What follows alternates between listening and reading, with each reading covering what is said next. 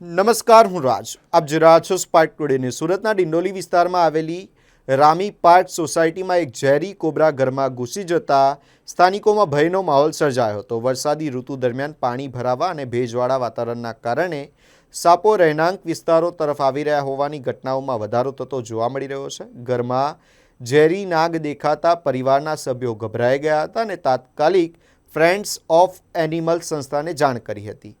માહિતી મળતા જ ફ્રેન્ડ્સ ઓફ એનિમલના જયેશ સોલંકી ઘટના સ્થળે પહોંચ્યા હતા અને સાવચેતીપૂર્વક રેસ્ક્યુ ઓપરેશન હાથ ધર્યું હતું.